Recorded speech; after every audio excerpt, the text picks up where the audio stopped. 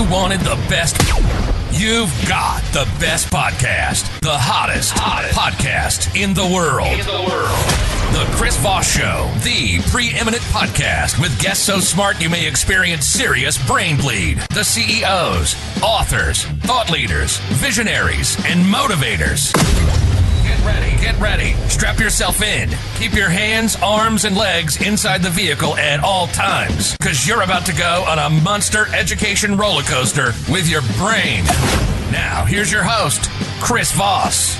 I'm Chris Voss here from the ChrisVossShow.com. Ladies and gentlemen, that makes an official welcome to the show. As always, for 2,400 episodes and 16 years, we bring in the Chris Voss Show with all these amazing folks with their stories, their journeys, their lessons of life, the different things that they share with you to help improve the quality of your life. As always, help improve the quality of other people in your life as well. If you would, please go to goodreads.com/Chris Voss, linkedin.com/Chris Voss, and Chris Voss 1 on the TikTokity. As always, we have amazing authors on the show. Today, we have another one amongst us. Opinions expressed by guests on the podcast are solely their own and do not necessarily reflect the opinions of the host or the Chris Voss Show. Some guests of the show may be advertising on the podcast, but it is not an endorsement or review of any kind. He's the author of the newest book that came out August 5th, 2023, called Odat, Orbital Drop Armor Team by Lieutenant Alexander Tambascia. And we're going to get into some of the details of his experience and his knowledge on the show and his books and why some of them might be an autobiography. Welcome to the show, Lieutenant Alexander. How are you? Thank you. Thank you for the invite. I really appreciate it. It's Lieutenant Colonel, just so you know. Lieutenant Colonel. Oh, that's yes. Right. Let's see. Lieutenant LTC Okay, I'm on the book cover. Yeah, retired. That's my retired marker. So that retired. Lots of markers. Give us your .coms or any place you want people to find you on the interwebs to get to know you better. I have a profile on Amazon.com. Of course, I have a fan group on Facebook, a very active fan group. It's called Imperial Command. For a brand new author like myself, I already have close to 300 interactive people that follow me. I give all my book secrets, sneak previews, early release information, and discount codes to my fans via that page. To learn more about my book series, Odat, and future books and things like that, I definitely recommend that people should go to Facebook and check out Imperial Command. I'm working with some of my fan base to try to expand Imperial Command to like Instagram and X, but it's not as easy as it seems. That's true. There's some platforms you just do better on. I've had that where there's certain things that do better on certain platforms and other platforms you can't get any traction on. It's kind of wild how that works. So give us a 30,000 overview. What's in the Odat book? Odat is a science fiction that's based on my personal war history. It was written in the same spirit Aldous Huxley did Brave New World. So it's an autobiography set to a futuristic backdrop. For those who aren't familiar with the reference, Aldous Huxley Brave New World was about his personal struggle with drug addiction. Most people don't really know that. So a very famous sci-fi author I met really encouraged me to write. And when I try to push back saying I'm not a writer, I'm not a creator, I'm a guy who sits in a giant 80-ton beast and shoot big guns, he dropped that reference on me, and I'm kind of like couldn't argue with him, so I had to write the Odat series. And when did you start the series? I guess this book was published in 2023. Is that correct? I started it in 2022. The book series first started out as my way to contribute to the veteran community to help, because I talk about things we have to deal as individual soldiers and the dark side that comes with it and how to cope with it. So it started out with that, and I kept with that theme across the book series, where it's definitely not, I don't go into the Hollywood flashbang type of it. It's more of, there's action, but I also talk about the aftermath of what people go through after a battle. Mm-hmm. And so you basically framed an autobiography for you as a sci-fi novel. Is that correct? Yes. Okay. And so now there's 2 books in the series that are out now. There's a 1 and 2 that people can order. How does that series work, and is there more coming? I started out as doing this as a trilogy. It starts, book 1 covers my experience with KFOR, SFOR. Okay. Book 2 is my Afghanistan experience, and book 3 is my Iraq experience. Okay. So now, what did you, just to get a definition on that, what is the KS4, I think you said? KFOR, SFOR, that was Serbia and Herzegovina, that whole area when we had those conflicts with the Serbs. And I certainly remember that, the Balkan Wars, I think is what they were called, or there's probably a number of different references to them. But that was a real shit show in the 90s, right? Yes, it was. And so the books basically cover, book 1 just basically covers my experience going from graduating armor school to going into combat. And I cover a lot of the realist stuff of we just don't get on an airplane and fly over. I cover a lot of the administrative nightmares we have to go through. Oh yeah. To give it some realism, that all the stuff you'll never see in a movie. Yeah. It's kind of funny how everything magically happens in a movie, right? You don't see all the moving parts. And certainly when our military moves, there's a lot of moving parts and planning and, logistics to it. Right? Oh, yeah. Mm-hmm. Yeah, it is, for every one soldier, regardless of their MOS, me being armor, it's even more. But what is an MOS? Military occupation specialty. Regardless of the MOS, there's at least 1,000 people in the background helping to get that soldier downrange. I mean, dealing with mission planners, logistics, supply. There's, it just isn't as simple as I get my go bag and I hop on an airplane. And suddenly you defeat the warlord enemy of the world, and everything's good at the end, and then you leave with the chick at the Hollywood end of the movie, right? Yeah, I've been through 4 deployments. I never ended up with the chick at the end, so I don't know. It must be for only the Marine Corps that gets that. Maybe some of those 100 people in the background need to arrange a date or something. I don't know. Yeah. But no, I mean, you're right. It's interesting how Hollywood can present that whole thing, and I guess if you only got an hour and a half or 2 hours of film screen, it's hard to show all that stuff. But so tell us about the characters in your book. I guess they're kind of based on you, but who's the main protagonist and some of the people in the book that use as characters? Okay. So I actually cover this in I have a note to the readers explaining this. The book is based on everything through my eyes. Mm-hmm. And so I'm actually writing as myself. The main character has my name. Okay. And a lot of the names of the people I mention in the book, either with their straight real name or I change it a little bit because they wanted to be an alien character. So I alienified their name, are all actual people I've met and known in my career. So every character in my book is based on someone I met in real life. Oh, wow. It's basically, like I tell people, is all the major events are based upon real instances in my life. I just put with a sci-fi background, and those who served in these battles, they know exactly what I'm talking about. And those who've never served, they'll just be entertained with the action. People love military novels and war stories and things like that. The premise of the book is Orbital Drop Armor Team. What is this Orbital Drop? How does that work in the sci-fi nature? I've been a big sci-fi geek, and anyone who's been a tanker, been armor, they all know about David Drake's Hammer Slammers. And I basically took his concept of, in his book, tanks drop, from orbit down to the planet side.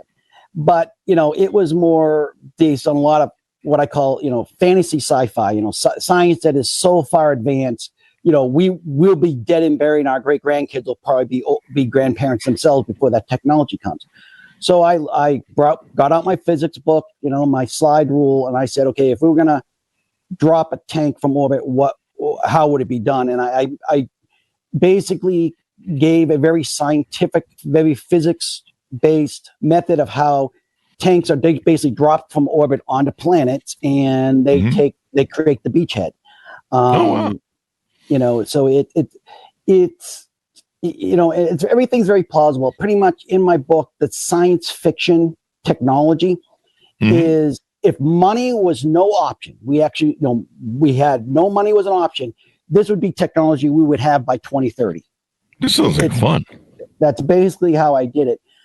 Some true hardcore sci-fi fans have written me. They said they feel that that's not science fiction. They wanted to see, science, but I wanted my book to be something people can relate to. I want something to feel that they can say, yeah, I can see that in 5 years. And so I wanted it to be more human, more realistic than, sci-fi fantasy, with people, people who fly spaceship that yet uses some magic to choke people. So I didn't want to go that way. What demographic seems to be your largest readers group? It sounds like you built a good Facebook support team for the book, which a lot of authors should do. Yeah. 90% of my fan base is military, of veterans or active duty. A good 5% is government civilians who, people who work in government. And that's not only in America, that's across the world. So I have like Australian fans, British fans, German fans. So that big chunk is that breaks. And the rest of my fan base is just pure science fiction people who never served. They just like science fiction and they like military sci-fi. And that's the rest. So a very large demographic is military. What do you think attracts people to the details? Is it because you're writing, a lot of military experience that was real that you had, it has a realism to it, or what? I think it's because I'm very real military. It's like, even in the movies, you'll see things like, a chief would never talk to an officer like that, or a junior officer would never talk to a superior like that, and things like that. So when they read my book, it's very regimental. It's very, what it is in real life, how enlisted and officers interact, how things are done. And it seems that many people appreciated that part of it, and and also the details of how to go through things. I had one person write me, said that in my life, when I did my first knife kill, and I was very detailed in how I did it, and he wrote me saying that was the most realistic description he's read in his life, because he says he's done a lot of those type of killings, and he says, no one has been that accurate. And in a morbid kind of way, I kind of appreciate that comment, saying, I did a great job. At the same point, I'm going, I just don't want to be known for that. So let's see. What's the other question I have for you? There's something about notes that were sent to me from your PR agent about wearing a Stetson and hat in public. A Stetson hat in public? I'm a CAV officer, and one of the signature things is our most famously, Robert Duvall. I was going to say, yeah. That's air CAV. So those are all the people who fly in the choppers, but there is actually a ground CAV called the Armor CAV. We are cavalry officers who basically ride tanks. And a few of us are in Humvees and M2s, but we don't talk about them that much. So we go through hell to earn these. We earn our sabers, we earn our spurs. So when I got retired medically from the military, this is the one thing I wear because it sets me apart. It's something that is earned, not given. And the Green Berets say the same thing about their beret. Jump people say the same thing about the jump wings. You got to earn it. And that's why I wear it. And my book is CAV focused. So I also wear it in as part of me and my book series. So it's kind of a dual function. It's the show that I served. And it's really nice when I'm like shopping. I'm in the supermall, I'm wearing my Stetson. I meet a fellow CAV guy, and it's, you instantly bond. It's that instant bonding mode. When you meet other CAV guys, I'll be at Market Basket. I live in Northeast here. We have Market Baskets, and I'll hear across the place someone screaming Gary Owen, and I'm like, he's a CAV guy. Yeah. Now, does your character in the book wear the Stetson? Everyone all members of Odat wear Stetsons. Okay. And I actually talk about the importance of the Stetson in the book. and why, if you do meet somebody, you don't touch their Stetson, and why. Very, you can get a bar fight very quickly if you do that. That's my rule on all dates: never touch the Stetson. Yeah, never touch. We're very protective of that. But I talk about it. We all wear them, and it's more in the book. It's more of a, we wear it in non-combat role. It's more of our, Class A, Class B uniform, and because in our combat uniform, I have, we're wearing combat helmets. Yeah, what a classic scene with Robert Duvall from Apocalypse Now. Yeah, my brain just completely farted. Apocalypse Now. I love the smell of napalm in the morning. It smells like victory. I just love the narrative that goes over that, where it's the main actor, and he's this was the guy who was going to go home untouched, and there nothing was going to ever happen. This guy, he could just stand there as bombs are dropping around him. And it was just it was an interesting thing.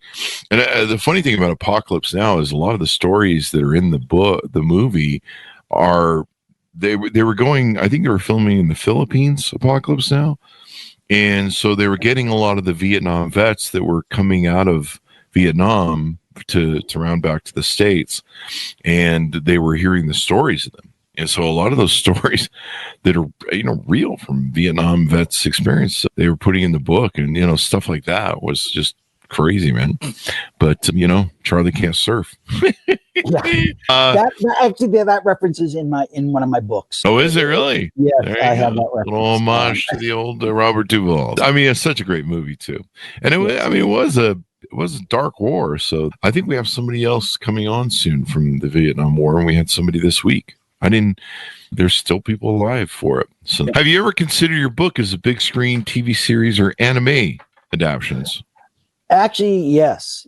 Me personally, I'm leaning towards anime, because I'm the Gen X generation. I grew up in the golden age of anime from 1977 to 1991, the sweet age of all the great animes. So I always saw it being that way. A lot of my fans wanted to see it in the big screen. They wanted to see it in a movie. Many of my fans want it to be a series on Netflix or Hulu. So I have been talking to people. I have been engaging in those type of discussions. And I'll be honest, it's not as easy as, you just bring your book in, drop it off to the producer, and they make it. There's a lot involved. And not even going into the legal side, just trying to get, for all intents and purposes, to Hollywood or anybody who makes these type of productions, I'm a nobody. So it's very hard to go using agents and stuff to get that FaceTime to give them the 8-minute elevator speech about why they should consider your story. Mm-hmm. I'm in the process of doing that, and it is challenging. I'm actually having my agent trying to get me in front of production. They're the anime people that done Ghost in the Shell, Appleseed.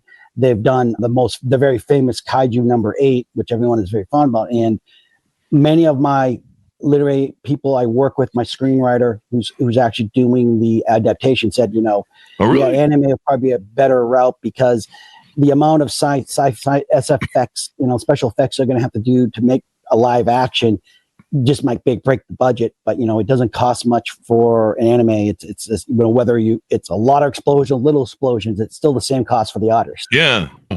I mean, there's so much they do with CGI now, though. It's pretty crazy what they can do with CGI. It's wild. They just go in these big green screen room studios, if you ever watched it, and they're just like, making shit. And yeah, it's pretty wild. All the stuff that goes into it. I find it just impressive as hell. But, anime probably can give you that cool sort of anime look and rush. I mean, I remember growing up. Does Speed Racer count as anime, or yeah, just 1977 Speed Racer? When you see the it's racing down the road, and the sort of animations that go on with to affect that can be kind of cool looking. So with the series, my next question for you is: do you have a preferred studio if a filmmaking studio could make it? Definitely Production IG. I've met Mishimi Shiru many years ago at a convention. Uh-huh. I was always been impressed by his artwork, his books, his animes. So when he started Production IG, and a large portion of their art, their product is based on his artwork. So by hands down, I want to be with Production IG and be part of that legacy of great animes they produced. It's like I said, the most famous being Ghost in the Shell, followed closely by the Appleseed series, Kaiju number 8, and many others that they've done. So it would be an honor if they would make an adaptation of my story. Let's see. What else do we have up here on deck? You say it's meant for the Gen X reader, but you're seeing it sort of apply to all. Why do you think it targets Gen X and they identify with it so much? A lot of the references in the book is from the Gen X.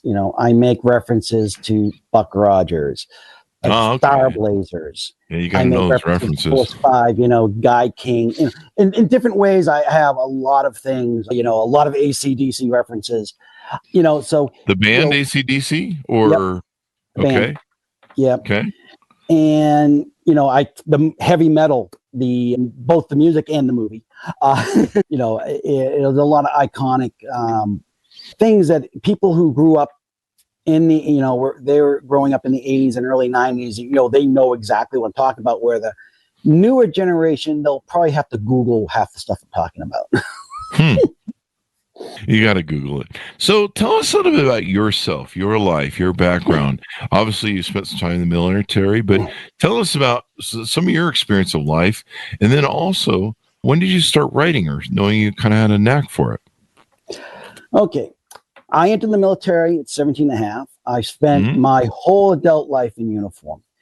28 years. I've done 6 years enlisted, made staff sergeant. I went to officer candidate school, became an armor officer. As enlisted, I was a red leg, also known as a gun bunny. I worked in field artillery. Bunny? Yeah, they're called gun bunnies. Okay. And I know if there's any red leg listening, they're probably laughing their ass off right now. Then I went into armor, and John Wayne had a little bit of effect on that, because when I was growing up, I saw a lot of the John Wayne movies of him, in the cavalry. Fort Apache, and things like that. So I grew up with John Wayne too. Yeah. So I went Cav, and and I spent a lot of time there. I was deployed 4 times. SFOR, KFOR, Afghanistan, Iraq. Most, some of them have been back to back. Like literally, I didn't even get to go home from Afghanistan. I went from Afghanistan to Iraq. It's just how it was. My wife has been very supportive, very helpful. I met her just after becoming an officer, and we had the perfect marriage. We never fought once for the first 5 years we were married, because I was deployed for those first 5 years. So we're the first couple to ever last that long without having an argument. Good for you. Yeah. When you're not around, it's it kind of makes things easier. So she's been very supportive. We had a daughter back in 2010. She was murdered when I was on my 3rd deployment, and that was painful. And but luckily, I was blessed with a second child. Her name is Odat. She was born 5 years later in 2015. So I get to enjoy my life, sharing my life with her.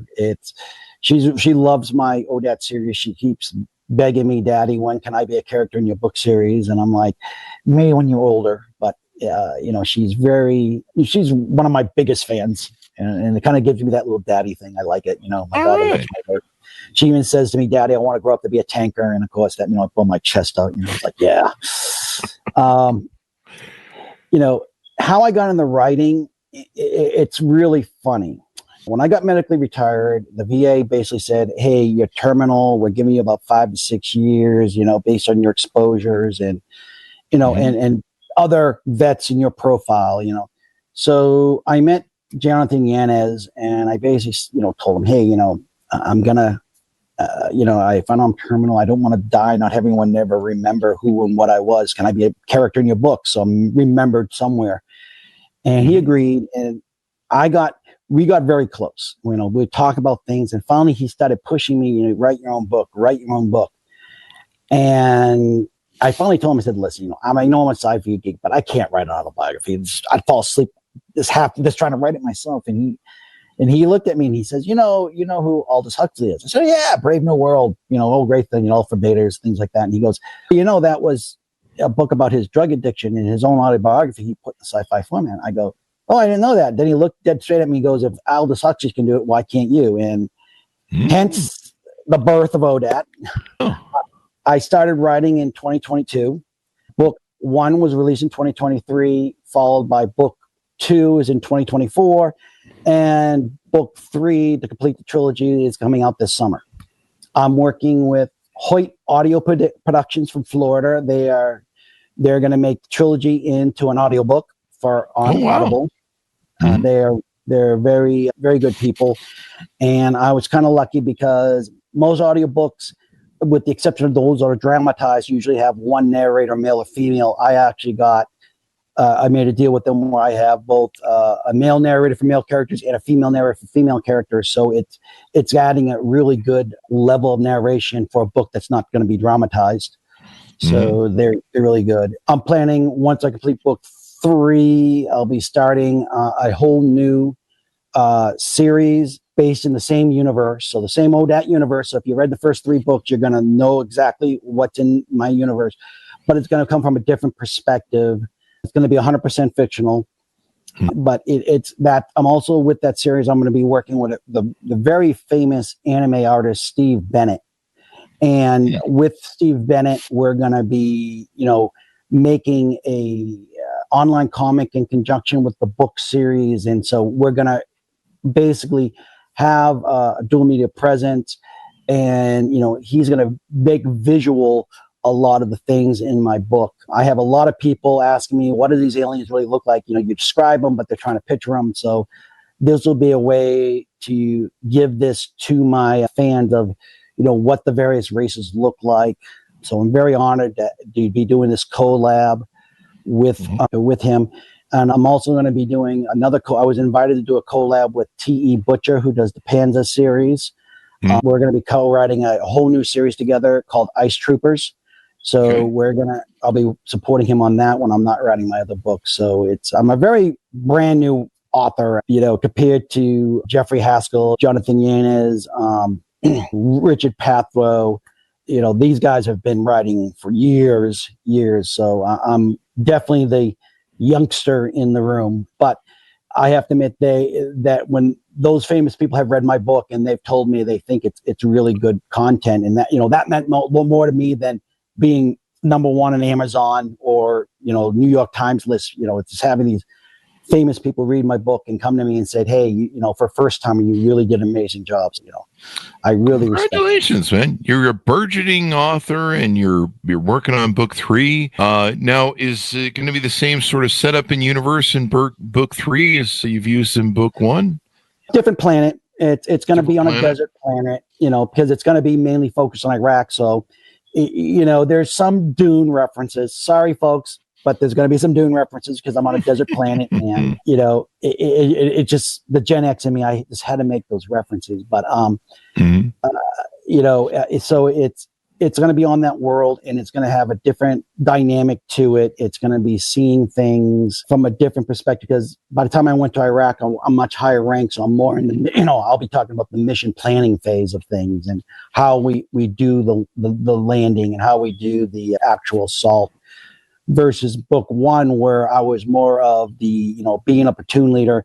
I wasn't part of the mission planning. My commander handed me the mission plan. I did it. It's a big difference between book 1 and book 3, how I change roles from being the executor to being the planner and executor.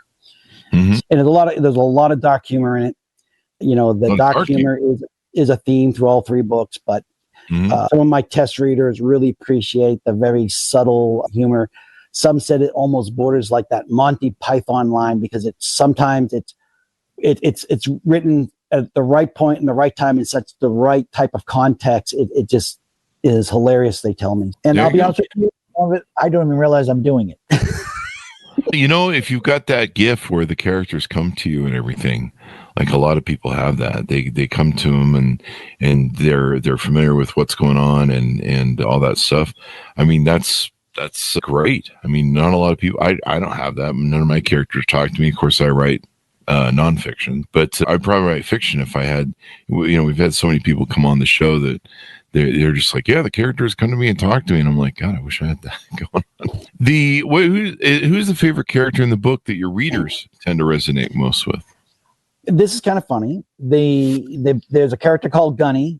She's a female Gunny sergeant in the Marine Corps, and a lot of people love her. They flock to her. And then there's another character who takes second place. She's a anamorphic fox-based species, not a furry. I want to say that right now, folks. She's not a furry, but she has a fox tail, fox ears, but everything else is human. She has a following, number 2. Okay. And then the third place is not my character, but my character's AI. Everyone loves my character's AI. And I ask people, where do I rate in, my actual character? And I'm like 5 or 6 in the list. It's, and the one thing is what a lot of the fans have come to me. The reason they like the book is that even though the book is about me, I'm not the hero of the stories. I talk about all the screw ups I've done and survived. So it's, most people think, oh, if I'm going to write myself a book, I'm going to be the hero. I'm going to be the John Wayne. Actually, I'm not. I give those who really did the work the credit, and I'm just, and I'm very honest about it. I'm here today because of dumb luck. I mean, some of us, I think we all are kind of in a way when it really comes down to it, right? Right. I mean, just surviving in life is kind of dumb luck. There's probably a million times where, you might, make the wrong turn or miss that car by just a few milliseconds, et cetera, et cetera. And, there's been a few things times in my life where things have been kind of weird. Let's see. The next question I had for you was, with the books, are you going to branch out into other areas of sci-fi? Yes. After I finish my branch off from this book, the next book series I have after Odat, which I'm going to call Imperial Privateer. After the Imperial Privateer series, I'm thinking about doing a dark, heavy metal urban fantasy type storyline. Trying, not. It basically is like in the same spirit of the series called Bastard. So, having a character like Dark Schneider and that type of world, I want to try to branch and explore that part of it. But I'm also in the pure military sci-fi, Imperial Privateer. I'm going to do another book called Old Man. Right now, this is just a temporary title. I call it the Old Man War series. It's going to talk about a retired guy who goes to a planet to retire, just wants to be left alone, and everything keeps bringing him back to having to fix the problems. That's going to be probably my third series I'm going to go on to. But Imperial Privateer, which is going to be the next one after Odat, I think I've had a lot of fans embracing that, and I'll be frank, I don't think my fan base will allow me just to stop at book 3 on that series. Uh-oh. They're going to probably want books 4 and 5, just from the feedback my fan base has been giving me. Oh, wow. I mean, that sounds like a great thing you're building there, and then there'll be more people that want to take and do it and all that good stuff. So now are you a full-time writer now? And how does your working and writing affect your family life? I'm not a full-time writer. I'm a part-time writer. I take, one dedicated day of the week to writing, usually it's a Sunday. But throughout the week, as my brain's constantly thinking about things, if I think of something, I write it down. So when I go to write, I have it there. I do work as a civil servant for the Department of Defense. I'm a GS-15. I work in engineering. And so I do that, for the taxpayer, Monday through Friday. So my weekends, I try to dedicate Saturdays with my daughter, and then Sundays I'm writing content, and I'm hoping that, when I do get old enough for the quote unquote retirement from civil service, that I'll be a full-time writer then and be able to crank out books faster than one a year, because that seems to be my pace, one book a year. Oh, there you go. I want to try to speed up to 2 books a year, if possible, many of the full-time authors. But my wife is very supportive of my writing. Pretty much she's become my de facto business manager now. So she handles all solicitations, everything. My daughter is my number one fan. She loves my book. She loves the artwork of the books. So it's challenging, but, in the same way, I just, maybe I'm just, because I'm a dad of a 9-year-old, I just love to see the twinkle of my daughter's eye when she sees me autographing books There you go. and doing things. And, she gives, she pumps her chest out, that's my dad. Well, that is wonderful, man. That is wonderful. And, it's hard to write books. People don't realize it's a challenge to finish just even one book. So you're doing good. I really thought it was writing was the hard part. I found out the hard way. Writing is the easy part. It's getting it published is the hard part. Yeah, definitely. But you're doing it smart. You're building an audience. You got your own Facebook group. I learned that from a lot of authors. You always want to, build out your group. You want to build out your thing so that people can, know more about what you're doing, and you can have that support for your advanced copies. What do they call them? ACRs, your advanced copy delivery, and then that way you can get those great whatchamacallits. So anything more we need to talk about before we go? Yeah, the one thing I just want to shout out, one of the things that I do, I'm not per se very active in the community, but I am a very strong supporter, is the working canine community. I actually have my partner from my military life is a working canine. She was in Fallujah, and I try to donate a portion of my royalties that come back to me. I do donate to working canines so they can get a home when they're retired, so they're not, put down. Yeah. So I really, so tell everyone who's watching, if you're interested in getting a pet, please consider the working canines. They are loyal. They're lovely. You kind of think former police dog gets scared. They're not scary. I mean, my dog is an army canine, and she loves my daughter. So, so when you get my books, I do make an effort to contribute a good sum of money to the Working Canine Fund, every year. Please, if you don't want to support me, at least support my working canines. Yeah, please support a veteran's work. That's very important as well. Thank you very much for coming on the show. Give us any .coms or any places you want people to check you out and follow up with you on future projects. First, thank you for inviting me. It was such an honor to be on your show. I know it was an honor to have you, sir. Best place, folks, if you really want to get in touch with me and know my community and know about my work, is my Facebook group, Imperial Command. It's a very unique page group. You'll see a tank, and it says in big silver letters, Imperial Command. Join it. We have a wonderful community of people, and I have fans that actually take on my universe roles as my admins. One of my admins, he wants to be called Drop Master because he associate with a character in my books who's a drop master. Definitely that. Amazon, I do have an author profile on Amazon, so you can find me there. I'm also on LinkedIn.